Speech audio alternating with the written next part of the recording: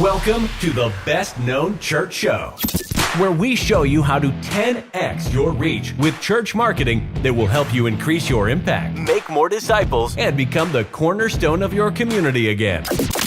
This is for the leaders with an outrageous vision, because anything less would be an inaccurate reflection of our Creator. The ones who have unreasonable faith, because you know God works unreasonable miracles. And the ones who are relentless in the pursuit of your calling, because anything less would not make a good and faithful servant. If that's you, you're in the right place. Now, please welcome your host and guide on this journey to become the best known organization in your community, Justin Nava.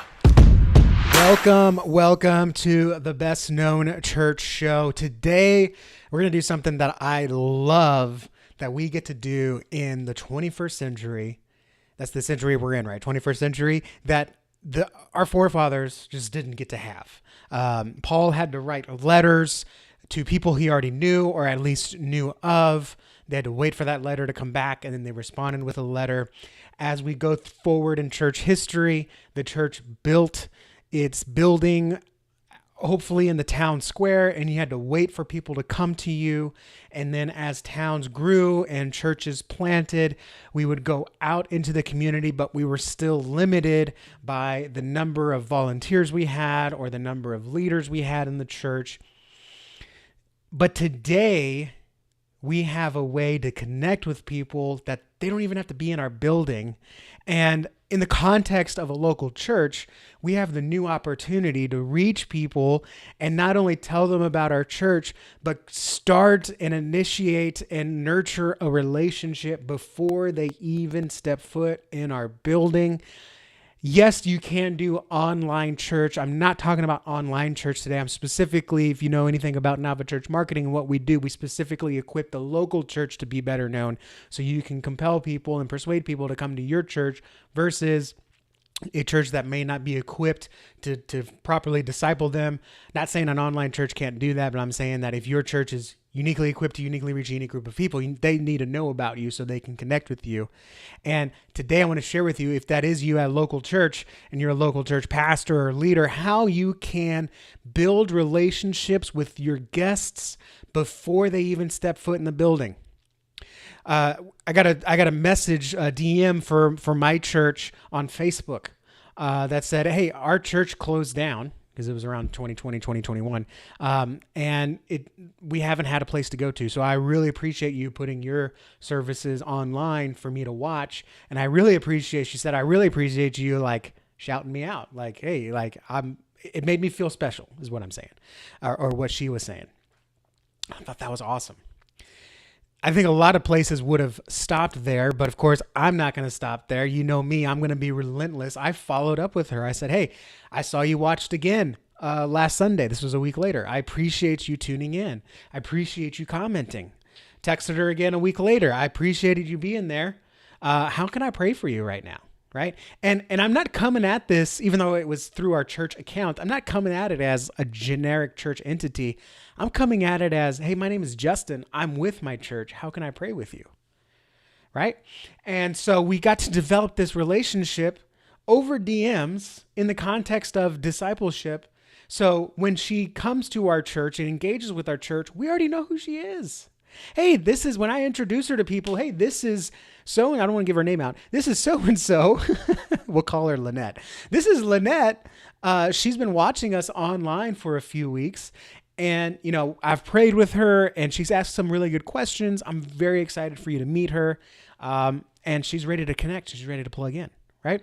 We don't have to build that trust and hope she comes back. We already know who she is. We already know some very personal stuff about her that we've prayed about. We've already celebrated her. She knows my name. So when she connects with our church, she's already like, where's Justin? Let me go find him. This is the opportunities that we have now in the 21st century. And in the context of a local church, you no longer have to hope the greeter ministry had a good morning. You no longer have to hope, man, I hope they're perked up. I hope they're ready. I hope when they get to the door, we got greeters there that are ready to greet them and not showing someone else around the property. Or I hope There's a lot of hope in church, but we don't have to have that kind of hope. When they come to church, they should already know, or they could already know, I know the pastor. He knows my name. They already know that I'm bringing my kids. They're ready for them. And I know what to expect because I've already talked to some people here. I already know that they already know that they can help me. Right? So this is an incredible opportunity that we have. And today what I'm going to share with you I'm going to break it down into 3 segments today. We're going to talk about what these new capabilities are and what they give us. We're going to give you, I'm not going to save the best for last. We're going to hit it right up the front. 3 ways to start a relationship or start a dialogue before Sunday. And then when they find you online or ahead of Sunday, how do you communicate your value in a way that builds a relationship and not builds a transaction? The last thing I want for you is to be a transactional church where, hey, you give us this and we'll give you that. I think too many churches come across that way, not on purpose or intentionally, but that's the way we come across when we focus on that visit being the time we meet you and serve you and not where you're at right now. So let's get into it. If you are excited for this, whenever you're watching this live or replay, give it a like, give it a subscribe. Appreciate you guys. I'm going to take a sip of water here and we'll get started.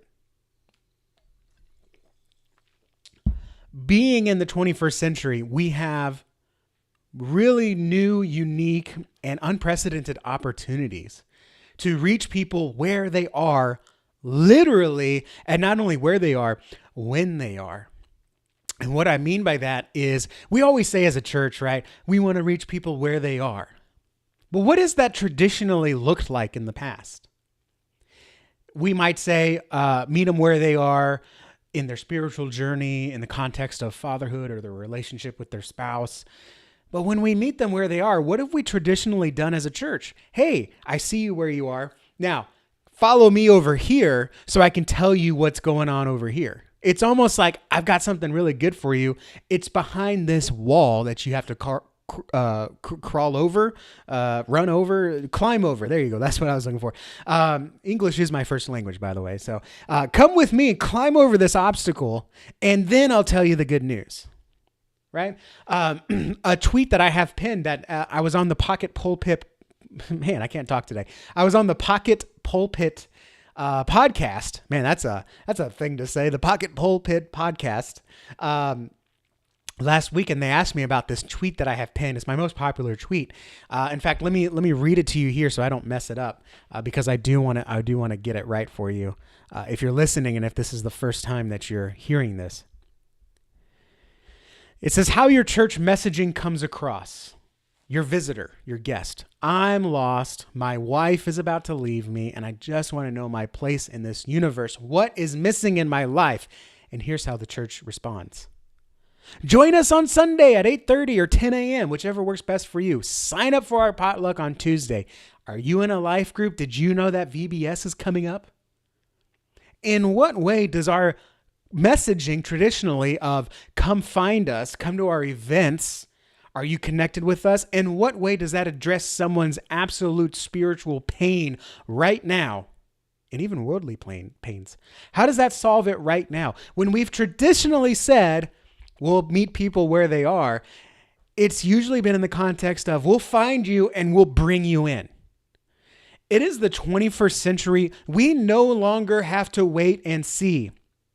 Everything we need in life is at the power of our fingertips. Meaning if we're hungry, let's find a place to go, or let's order food to come to us. If we know we're going to be hungry, grocery shopping, instead of going grocery shopping, let's get everything to us and have it delivered to us. Even working, we don't have to do it. We can literally work from our phone. I spend a lot of hours a week working just through my phone. Okay? We don't need to wait and see anymore. We just have to want. And my question to you, Pastor, today is your church made available? Are you discoverable? Are you visible when someone has that want, need, desire of something more? If they feel that pull on their heart that says, you know what, maybe what my grandma taught me when I was young makes sense for me now.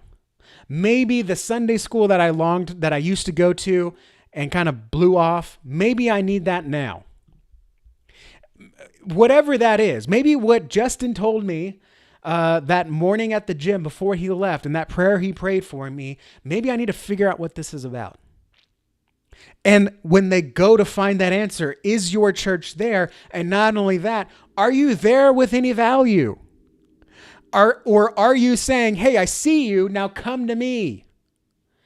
No one likes going to the grocery. Literally, I'm even a sales guy and I don't like these people. When you go to Costco or you go to Target or you go to any store and there's an AT&T, DirecTV, solar panel sales rep that stops you outside the toy aisle when you've got your kid and you're excited to pick out a board game and they say, hey, sir, how much are you paying for your cell phone bill? Hey, have you checked out our new deal? Would you like to save on electricity?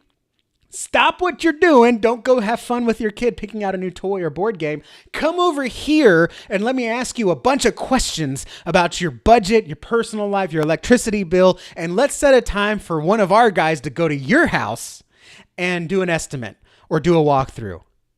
Incredibly inconvenient. And in many areas, it just doesn't work anymore. They come in, they try, it doesn't work, they leave. There's better ways to do it. Not saying that doesn't work. I'm saying there's better ways to do it. And so if someone says, I need Jesus, is your church there to give them Jesus? Or is your church there to say, come over here. Jesus is over here in 3 days. We got a little countdown, right? 3 days, 12 hours, 7 minutes till we're live. And then we'll tell you about Jesus. We don't live in this world anymore. We live in a world of instant communication. One more example.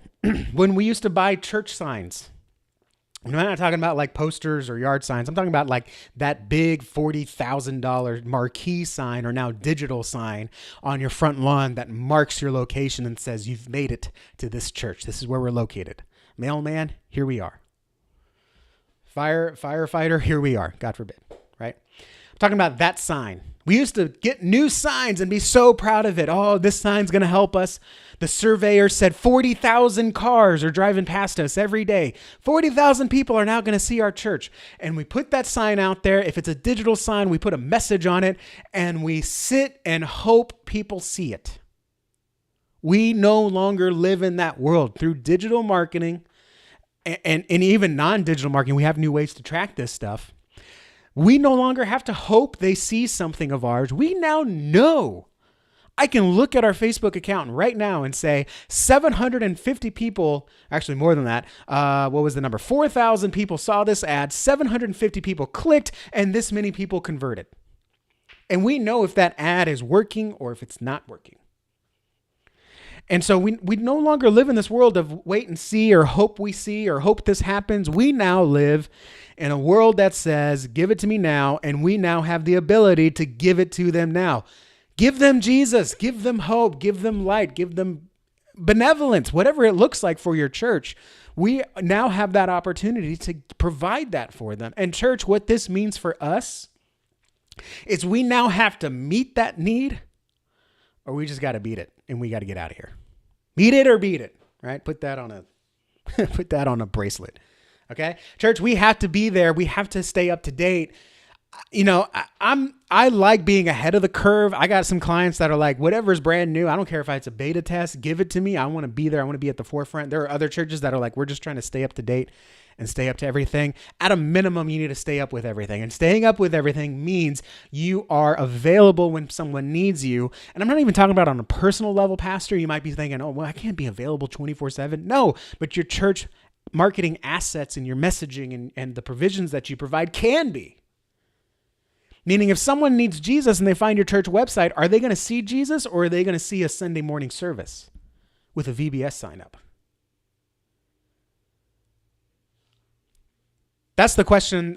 That's the question I ask you. But really, let's bring it back to the good side of it, right? The positive side. This is what we now have available to us. This is now what we have available. These are the new capabilities of church marketing. This is what we can do now that we've never done before. And there are even more advanced things that you can look at coming down from AR, VR. Go follow thechurch.digital. Jeff Reed and his team, they've got some really, really good stuff coming down on some ways that we can meet people where they are, even in the virtual universe. I'm very excited for this. I want to talk about the 3 ways that you can start a dialogue with your potential guests or even with your neighbors before Sunday. Meaning if someone feels the need for something spiritual, like I'm spiritually hungry, or I'm tired of this abuse, I'm tired of this addiction, I need to figure out why I was made. What is my purpose here? Is there something greater? There's got to be something more than this.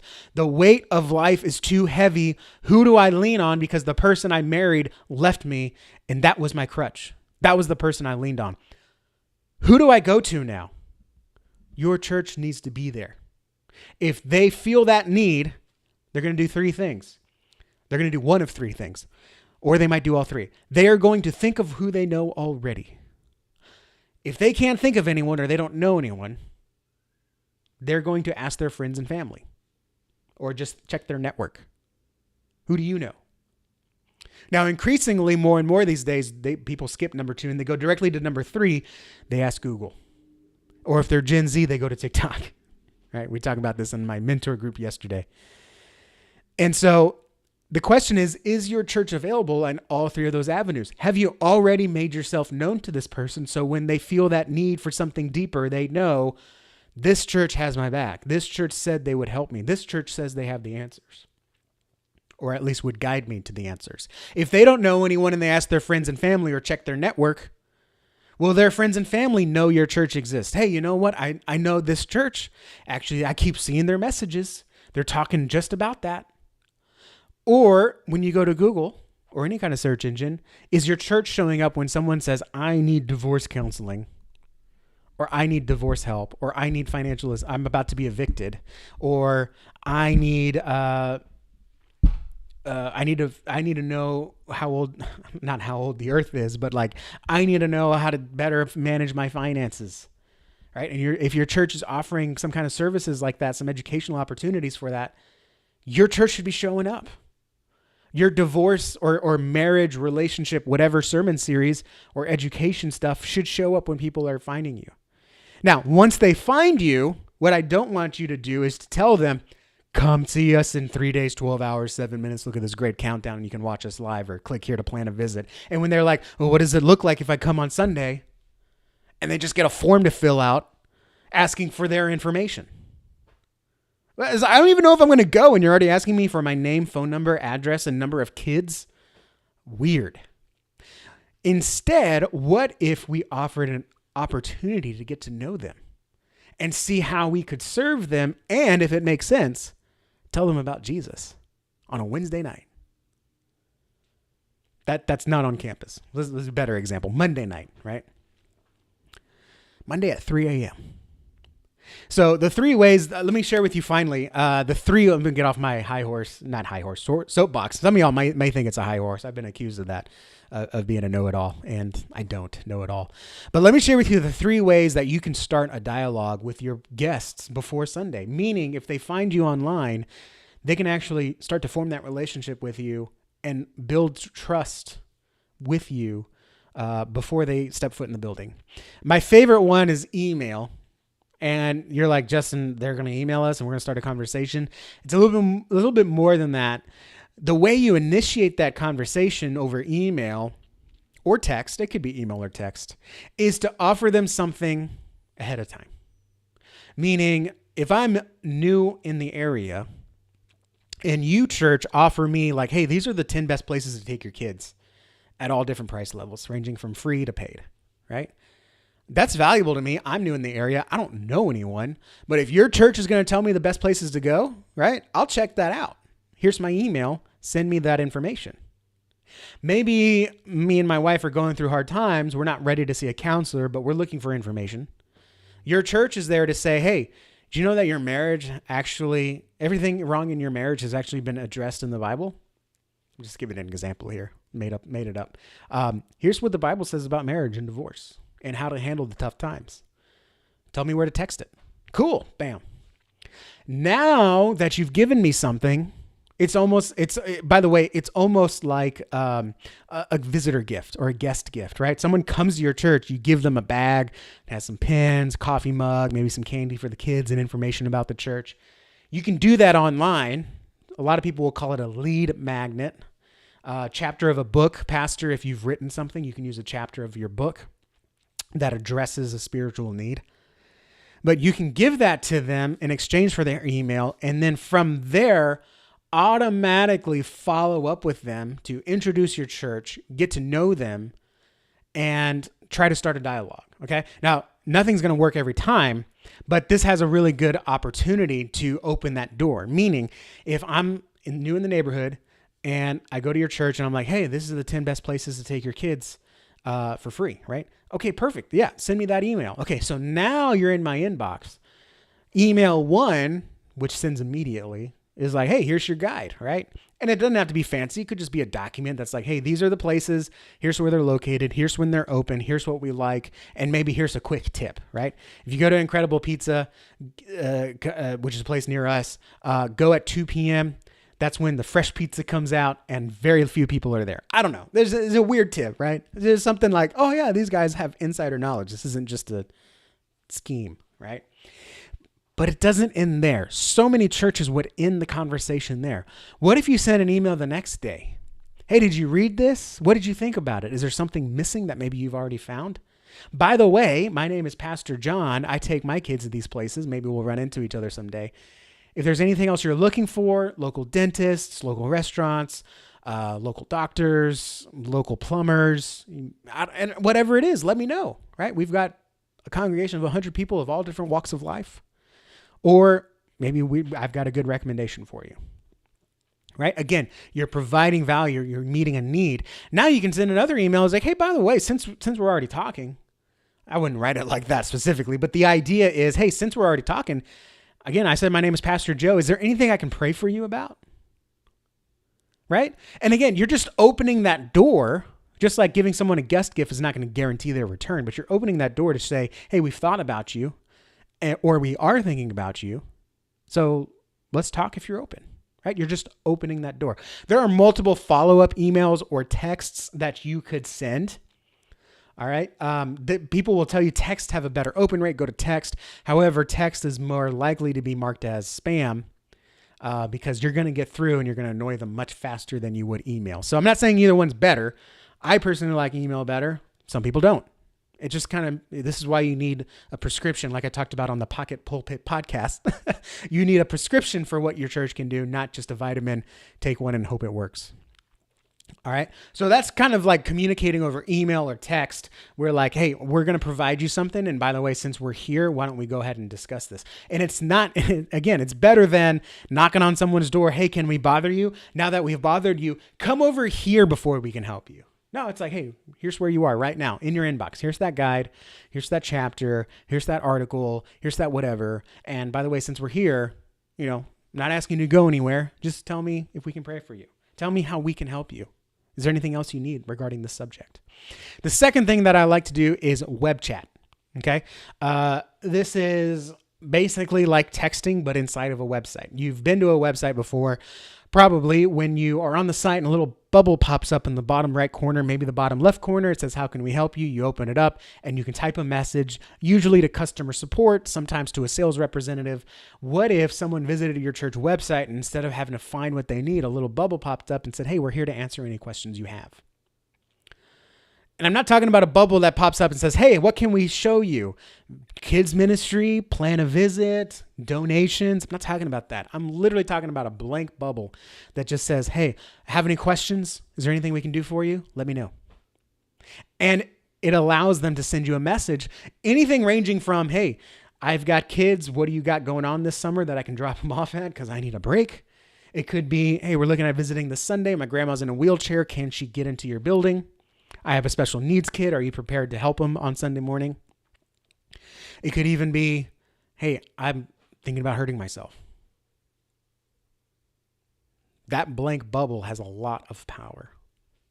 Now, there's nothing wrong with using a chat bot or something like Birdseed, which I really enjoy, where you show a video maybe in that bubble, say, hey, we're glad you're here. Take a look around. If you have any questions, put it down below. Here's some pre-filled options for you. There's nothing wrong with that. It depends on the context of your availability and what you want people to do. It is more transactional, but as long as you leave that open spot of, is there some question that you have that's not here? We'll answer it for you, right? And what makes it so powerful is I'm not talking about a chat bot that you see people where it's like they put in a keyword and it spits out a response, and they put another keyword and it spits out. I'm talking about you actually have an in-person dialogue with this person. You're literally texting each other. The only difference is you're using your phone or you're using your computer and they're using your website. I've seen this happen. A fellow agency owner doing something similar said someone actually like heard the gospel message and accepted Christ in the text chat. Like, that's crazy, right? I've seen it where someone like literally was going to hurt themselves, and through the text chat reached out. Actually, it's through a DM, but reached out and said, "Hey, I need help." Right? So being available like that, again, you're opening the door for people to engage because it's right now. I think a lot of times churches are like, we have a contact form.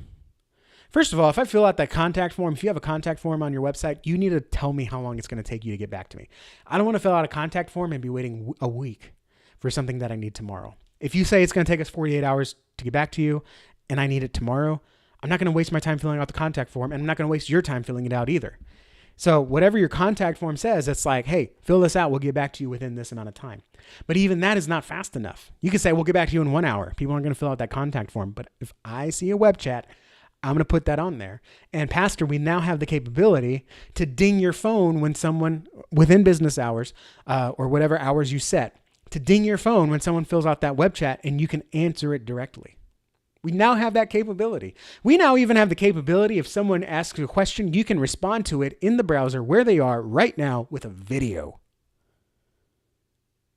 And add that personal touch so they don't think they're chatting to a robot or some random person, but they actually see you, Pastor. The same guy they see on the sign, the same guy they see on the website, they see you physically responding to them with a video. And again, this gets us immediate answers, immediate value. So if someone's looking for a church and it says, hey, how can we help you? And they're like, I have a special needs kid. Can I bring him or her? Is there anything that she can do there while I'm there? Or I'm having a fight with my wife. I'm seriously ticked off. She kicked me out of the house. I don't have anywhere to go. Like, I need help. You can meet that need. Again, if you were to meet that person at the grocery store and he's like, hey, I'm buying Hot Pockets here because I only got $5 in my wallet. Can you help me out? And you're like, come do Sunday morning service and hear our new sermon series. You wouldn't say that. You'd talk to the guy. What's going on? Tell me, man. Let's talk it over while we grocery shop. I don't know. My spiritual gift is benevolence, kind of, or just being that way, right? So like everything to me always comes down to how can I help you? What can I buy for you? I hate it. I wish it wasn't that way, but that's how I relate a lot of my stories. And I apologize if that just doesn't communicate to you. The third way, which I kind of got ahead of myself, but the third way that you can meet needs immediately is by advertising, but using that advertising to open up a dialogue. Meaning you're not just blasting out church on Sunday. VBS is coming. Are you new? Check out this church. I'm talking about advertising like I'm on Facebook or I'm on Instagram. Let's be more modern. I'm on TikTok and I see a video that says, hey, if you're new in the area and you just need someone to talk to because you're having a hard time, send me a message. I'm the pastor of this church. And I'd love to pray for you and maybe get you some counseling if you feel like you need to talk to someone. We're here for you to lean on. When you have no one else to count on, we'll be here for you. Or they're on Instagram and it's like, hey, I'm the pastor of this town. And if there's any way I can pray for you and your family, if there's any needs that we can talk about meeting, send me a message and we'll do that. You can even, I love my buddy Tom Pounder, shout out to Tom. They're running a text campaign where it's like, hey, we're coming into Easter. And if you feel like you need to get your heart right with God, this isn't their exact messaging, then text this number and we'll text you daily devotional. And by the way, if you text this number, maybe, I don't know if they have it set up this way, but maybe if you text something besides the keyword, we'll actually be there to respond. What are your questions about Jesus? What are your questions about Ishtar. I don't know, whatever you want to answer these people, whatever your community is suffering from, be there to answer their questions. So you can use advertising to start that dialogue. I got another agency owner who's running a campaign for his church where they're putting out yard signs. Text this number for help. What kind of help? I don't know. But if I text that number and they're like, yeah, we can help with that. Dude, tell me more. I need counseling. I need money. I need help moving. I need gas. I'm $300 short on rent. What does that look like? Hey, I just need good. I mean, I've had people to say like, hey, I just need good vibes. Right? And it's like, okay, well, I can't give you good vibes, but we can pray for you and tell you about Jesus, you know. Email, web chat, texting, advertising. These are all ways that we have to immediately communicate again with people where they are and when they are. That is so huge. We used to say we're going to meet people where they are. How about when they are? And we now have ways to get people immediate answers. So even on Monday morning at 3 a.m., and I go to the church website, I don't have to wait till Sunday to get answers. We've got your sermon archive. We've got blogs. We've got resources, devotionals, places we can send people even. If we're not going to provide the answers, we can send them to where the answers are.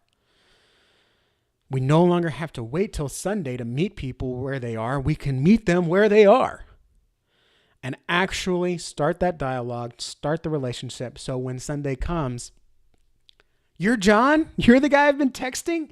Dude, I am so glad you're here. How great of a feeling would that be if instead of seeing a guest and like, I wonder if this is their first time here, or hey, can someone go talk to them? This is their first time here. You're like, dude, it's John. I recognize your profile picture. What's up, Pastor Joe? Glad to have you, man. Let me go find you a good, like, dude, how much easier is that when you're like, dude, John, so good to see you. But let me put you right here.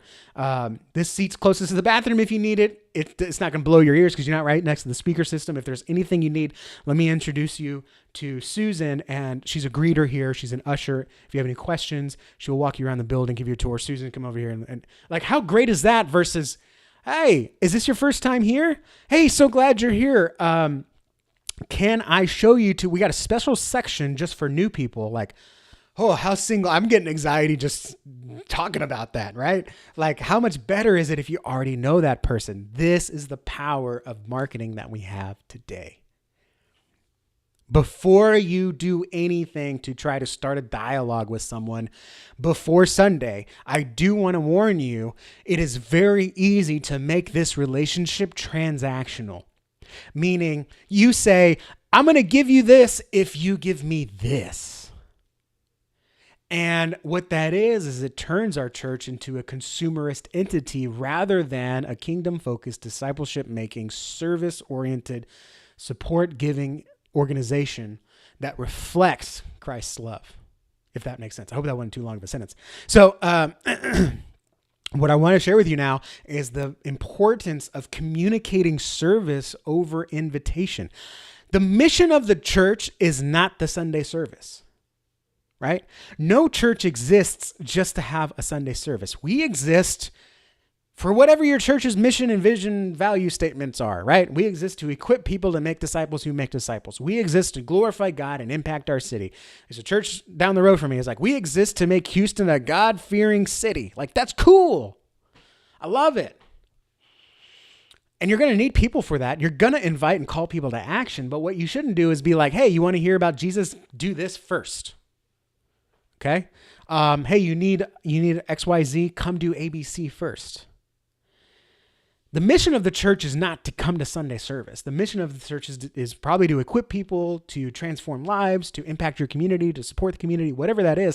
How can you do that? Make that your primary message. Make that your primary call to action. Instead of, how can we support you? Come tell us Sunday morning. It's just, how can we support you? Tell us right now. The key to making sure that you're not transactional is to be overly valuable to them. Provide answers before they even think of the questions to ask. So if I go to your church website, Pastor, am I going to see, hey, we're God-fearing people. Come find out more on Sunday morning. Or am I going to see, we're God-fearing people because our God created us. He loves us and he loves you too.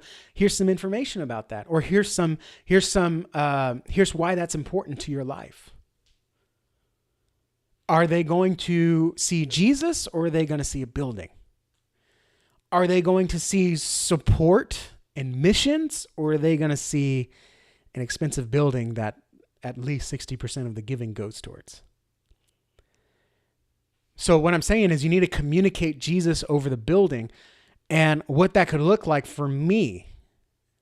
And this is part of the bad rap that people are like, look at all this money wasted on a building, because they don't see the value of the building, because all we've done is communicate the building. And so we need to communicate Jesus over the building, Jesus over the service, Jesus over the physical organization industry of the church, and say, let's talk about you. Let's not talk about what you can do for us. Let's talk about what we can do for you, or let's just talk about you. So what are you wrestling for in your faith? Do you need working out your faith? Do you need answers in your faith?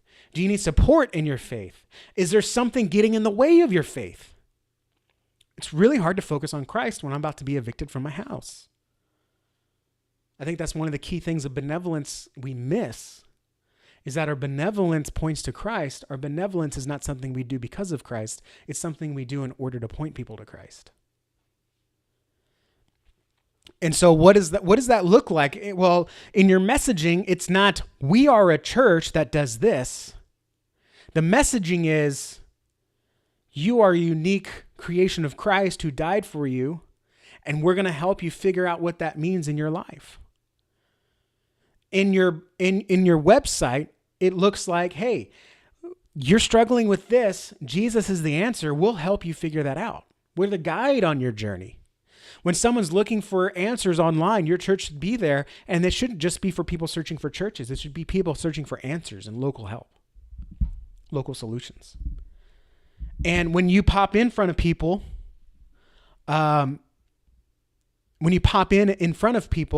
it should not be to get them to do something, direct response, right? It should be to provide value to them first and open up that doorway. Now, when I talk about this, like, you need to know your calls to action. Okay, a call to action is something you place in your marketing that tells people what you want them to do. The key is to make it valuable and to make it easy or simple. And the best way to do that is to provide a primary call to action, which is what you want them to do. Maybe it's plan a visit, see what to expect on Sunday. Maybe it's to watch a message. Maybe it is to send us a message, ask a question, ask us anything, right? I have a client, we're building out their website. It's like, I want to give people answers to Jesus first before I invite them to church. Perfect. So our call to action, ask your question. And if they're not ready to do that, what's the option? What's the secondary choice, the transitional choice? If I'm not ready to come to you in person, what do you want me to do? So many websites fail at this, and this is why no one's coming to church. All right, it's why less people are coming to church. Because all you're doing is saying, come to church. And if you're not ready to do that, we're not ready to help you. That's how your website comes across when you only want people to plan a visit. So what's the transitional right there? Ask us a question, send us a message, watch a video, see information about our kids. I think a great transitional here is that value online guest gift that we talked about. If you're new, here's our top 10 recommendations of things to take your kids to. If you have questions about money, here's what the Bible says about money. If you're dealing with divorce, here's 3 ways that we've seen God rescue people in our own congregation from divorce, right? So if I'm not ready to make that in-person visit, I have something else to do. If I'm not ready to watch this online service video, can I watch a 15-second clip? If I'm not ready to visit, can I see what you believe? I don't know. Whatever that transitional call to action is, make that presentable. But again, make it valuable. So again, instead of plan a visit or instead of what to expect, it's like, hey, if you're new, here's how we can help you. Or see what the big deal is on Sundays. It's communicating service and support over an invitation, sometimes over an invitation, but over a transaction, really. I should change the title of that. Communicating service over transaction. Communicating value over transaction. And yes, sometimes that's going to be service over invitation, meaning we're going to serve you now and we'll invite you to church next. We won't invite you first. And then once you get here, then we'll tell you about how we can help you. That's the old way of doing it. And that way is no longer working for us. So we now have ways to reach people in ways that we've never done before, in ways that they are now expecting, that the world is meeting those expectations, but the church has fallen short. So how can you provide something of value on your website and on your social media to get people's email, to get their phone number so you can text them and email them, A, that piece of value, but then B, follow up with them to see how they're doing and see how you can support them? Are you including live chat on your website so you can start an immediate dialogue and not have them fill out a contact form that they're not even sure you're going to get? And then in your advertising, are you just putting up a billboard and hoping people come? Or are you actually providing a means to pray for them, to connect with them, to answer their questions? You can still use a billboard for that. You just got to be a little bit more creative. And then are you communicating service and support over invitation and transaction? Are you actually showing that you care, or are you feigning care to get them to invest in you? See the bait and switch in that? Hey, we'll care about you, but only if you care about us first. Show the community how much you care before you even know how much they care. The only way they're going to care about you is if they first know how much you care about them. This is all included, by the way. If this is your first time watching, this is all included in our checklist, bestknownchecklist.com. This is a free checklist. You can see all the ways that you can communicate your church to raise your awareness to become the best known organization in your community. Go to www.bestknownchecklist.com to get that. Okay. I believe ministry happens best in relationships. So don't wait to start the relationship. We have online dating. We have online deliveries for everything now. Even in a smaller town, you can get anything delivered. You can get anything. I can go on an app right now and have someone come over and fix a hole in my ceiling. But can I find a local church that's willing to pray with me right now, Thursday at 12:43? I want your church to be that church. And Pastor, you don't have to do it all alone. You can have a volunteer team. You can have your staff help you with this. You can have someone like us set it all up. So all you have to do is answer the phone when it rings, answer the text when it comes in, answer the email when it comes in. So you can be focused on people and we'll be focused behind the screens. The important thing is, what is the relationship opportunity here?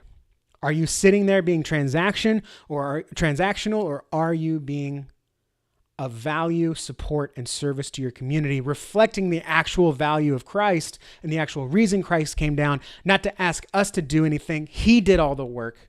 He was the gift. All we have to do is respond to it. Are you bringing a gift, or are you bringing a chore to your community? Ministry happens best in relationships. Do not wait to start the relationship. Do it now, in the middle of the week, before they even come on Sunday. God bless you guys. Like this show wherever you're listening, YouTube, whatever podcast app. Subscribe if you're not already subscribed, and I will see you guys next week. That's going to do it for today's episode of the Best Known Church Show with Justin Nava. Be sure to subscribe to stay updated on the latest news, strategies, and resources that you need to reach 10x more people and become the best known in your community. To send us a message or leave a voicemail for Justin to be played on a future show, visit thebestknownchurchshow.com. And if you'd like to work with us so you can focus on your ministry, give us a call at 832-861-7654.